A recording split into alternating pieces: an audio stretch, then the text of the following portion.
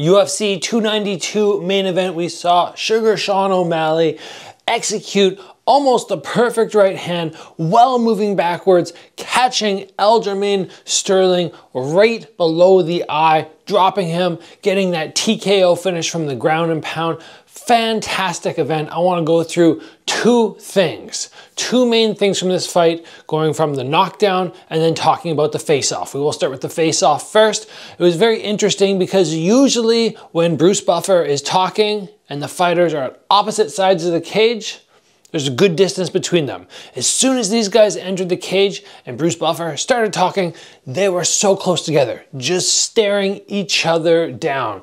And Sean O'Malley even said on the walkout, I was feeling a little bit nervous. It's a big fight for me, biggest of my career. And once he got in there, so dialed in. That's why you don't rush your way to the top. You take that time as Sean O'Malley did. And then when you get in there for your big night, you have the confidence to actually perform. Now let's talk about that right hand. The first round was pretty inconsequential. They were both feeling each other out. Nothing of massive note happened.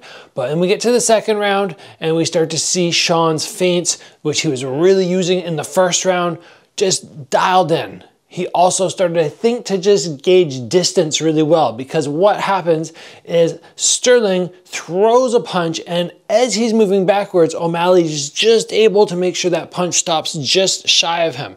And then as he continues his backwards motion, he gets that cross off. He has to load up a little bit because, remember, as you're moving backwards, just doing that is not going to create as much KO power. But if I'm moving backwards and I sort of cock my arm a little bit and I can get some more thrust into it, then yes, you can create that knockdown. And this is when we start talking about breaking proper technique.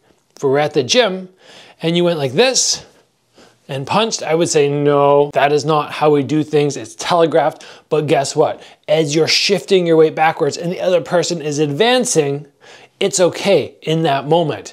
And it's fantastic that we see people like McGregor who have that ability to move back and generate power, and now Sean O'Malley doing it as well. It's something that you should be training, backing up, maybe using that lead hand to gauge distance, and then still moving backwards as you execute that cross. So fantastic to see SUGA Sean O'Malley get that Bantamweight title, and he's just gonna be a massive star of this sport. He already was pretty big, but now he's gonna be like Adesanya. The only controversial thing that I can really think in this fight was the fight stopped a little early?